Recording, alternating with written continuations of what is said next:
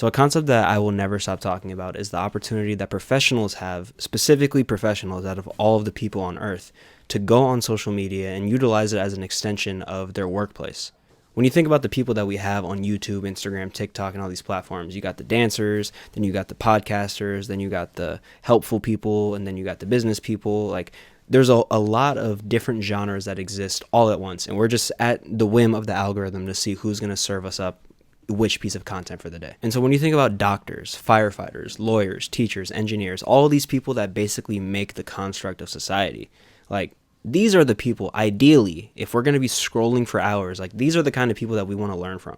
So especially as the attention economy grows, more and more people are utilizing social media on a daily basis, and we're just spending more hours on these platforms. I would think in an ideal, universe that all of the hours and minutes of content that are being put out there, we should have more like engaging, relevant, useful information that's being put out there in the content pool. Their version of TikTok, if you're under 14 years old, they show you science experiments you can do at home, museum exhibits, patriotism videos, and educational videos. And they also limit it to only 40 minutes per day. Now, they don't ship that version of TikTok to the rest of the world. So it's almost like they recognize that technology is influencing kids' development, and they make their domestic version a spinach version of TikTok, while they ship the opium version to the rest of the world. The whole world's got us beat, bro. This is bad. And when you think about it, it's not like these professionals aren't already trying to do this anyway. I mean, when you think about a doctor and when they're trying to push their work out there, maybe this is a doctor who's done like 30 years of research of a particular topic, but their way of going about promoting themselves is doing local news, interviews. They're writing books. They're doing scientific journals, which is fine because those are the effective means. For the past 50 years, that's how people got stuff done in terms of marketing themselves.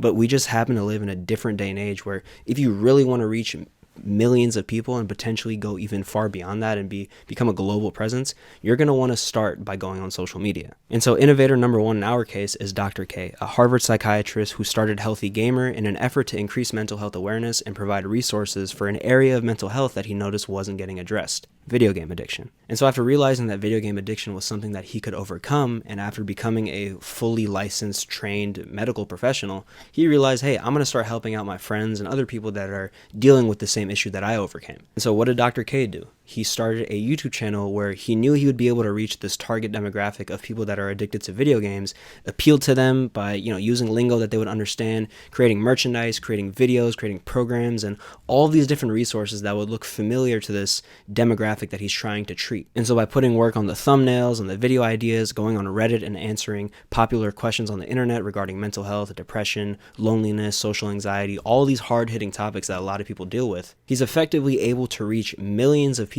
and extend the scope of his medical practice. So just huge shout out to everybody for making this happen. And I mean that. I'm not just saying that. It's like really I wake up and I used to teach in front of groups of like 12 to 15 people, and now I just do it in front of a couple 100,000 to a few million. The big thing that's changed is the way that this information gets disseminated. Yeah, so I'm just really grateful to be able to be here. Like, it's fun that this is my job. Like, it's a Monday morning at noon where I live, and I get to talk to the internet for 2 hours about dating, virginity, and pornography addiction. Let's go. Now, of course, for liability reasons, he talks about how it's not therapy, it's coaching, and it's educational, and it's informational resources and whatnot. But like, bro, when it comes down to it, like, this is therapy, bro. We're watching live therapy sessions on YouTube. Albert, what's it like to be someone who other people don't want to be around? I'm fundamentally different, and so I have to go the extra mile to catch up and be normal. Yeah. Right? You start behind people. Is that how you feel about yourself? That's what this is. That's how everyone perceives it subconsciously. All jokes aside, yeah, he's kind of right. It isn't therapy because he's not actually diagnosing someone, but because he has this plethora of life experience and because he's actually had this same conversation with actual patients of his, it feels like therapy because it just feels unfair. He's the most qualified person to be having these conversations. So because he's so good at it, yeah, it feels like therapy even though it isn't. But Dr. K actually addressed this on his Reddit account, and I think he summed it up pretty perfectly, so I'm just going to let him do the talking. He poses the question, does every beneficial conversation a psychiatrist has with anyone become therapy? For instance, if I have a conversation with a stranger on an airplane, and they know I'm a psychiatrist, and we talk about their life and they feel benefited from it, is that therapy? I think the big reason why people believe this is unethical is because of the assumption of what I do on stream is therapy. By the way, I'm of that camp, like, bro, this is therapy. As a medical doctor, I believe the practice of medicine, which includes therapy, involves the diagnosis and treatment of a disease. What I have is helpful human conversations with people that draw on a wide range of topics, namely personal experience, spiritual/meditative training, neuroscience, and psychiatry. I try to help them understand themselves better using each of these lenses. I truly don't diagnose or treat anyone on stream, I just talk to people. And just because I'm good at it doesn't make it therapy. And so even though it feels like therapy because of how qualified Dr. K is, it's okay because it's not every day that you get to listen to a Harvard psychiatrist who's actually dealt with these problems in the field, and he's just answering Reddit questions for people. Like that's a great benefit for us all to enjoy for free. Completely free on YouTube thanks to these live streams. And so for Dr. K, this is awesome because he's built an entire ecosystem. He has resources which are paid. He has coaching classes. He has blog posts. He has a book out for parents. Like, he's doing the whole thing properly. He's utilizing social media to extend the scope of people that he can reach. And although Dr. K is great, I would actually say that Dr. Mike is the main innovator in this field because he's actually the biggest doctor on social media. And so this works because you could be 5 years old and enjoy the video, you could be 15 years old and enjoy the video, and you could be 50 years old and enjoy the video because there's an entertainment aspect, but there's also an informational and educational part to it that caters to anyone who's a human being. Are these horses just loose?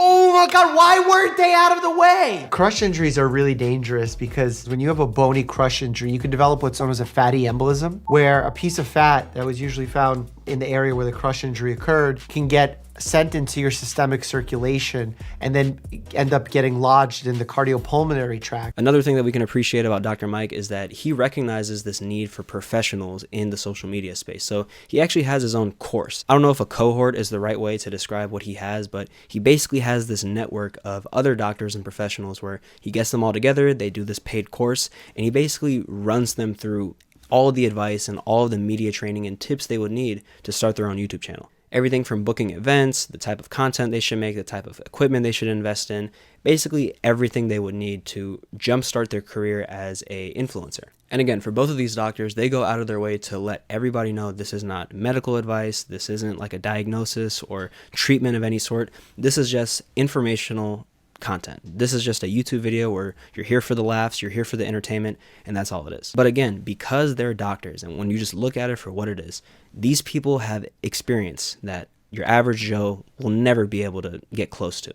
No matter how much someone talks about the health advice they can offer and the diet that changed their life and all these different things, these individuals are backed by science. Like, they know what they're talking about. These are the type of people you'd go to in real life, and so they're the type of people that we should listen to in real life when we're using social media. Again, I just want to drive this point home of how this is a massive win for everybody because we're able to learn from these individuals for free on YouTube, and we're able to get access to this information.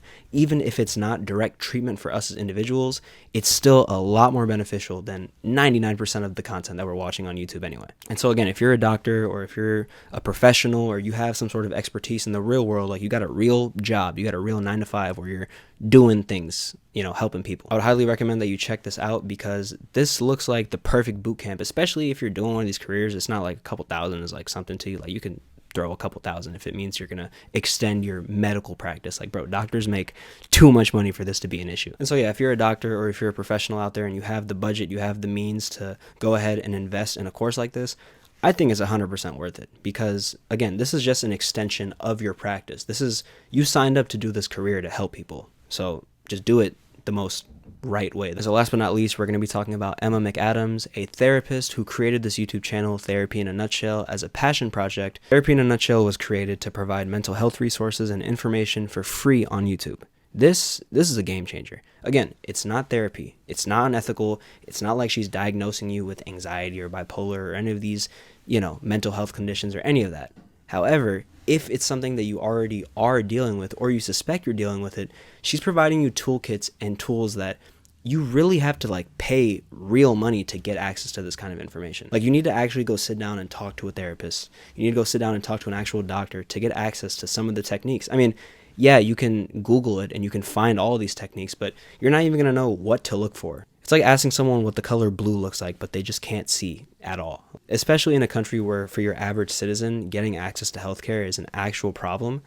We're talking about like panic attack toolkits, anxiety toolkits, cognitive behavioral therapy, bro. This stuff is crazy that we can just watch it on YouTube without having to pay for an actual therapy session. And again, even if you're not utilizing any of these tools for yourself, it's important to know what CBT is, what grounding is, what breathing techniques are, because even if this isn't going to come in handy for you, you might run into a situation where you have to teach this to somebody who's going through an emergency situation. Maybe someone's having a panic attack for the first time, or someone is just tripping and you got to help them. Like, bro, if you asked me what an intervention was a couple years ago, I would have thought you were talking about this.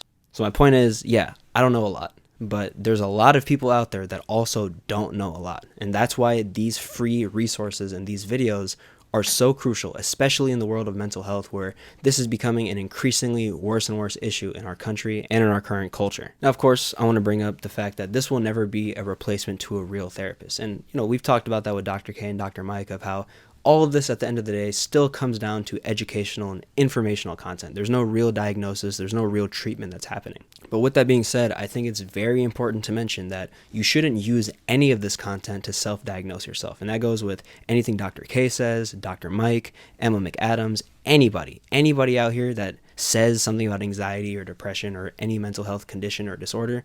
You should take that with a grain of salt. You should not believe immediately that because you're going through a tough time, that just applies to me. And that's another big issue, because especially with algorithms like YouTube and TikTok, it can just become an echo chamber where you're seeing all this content be recommended to you, and then you start to actually believe that about your reality. So all of a sudden now you're in this echo chamber thinking, oh my God, I have all these problems. But it's like, nah, bro, you are just a consumer of these problems. You really love watching videos about a certain topic, so YouTube is just going to keep feeding it to you because that's what's going to keep you on the platform longer.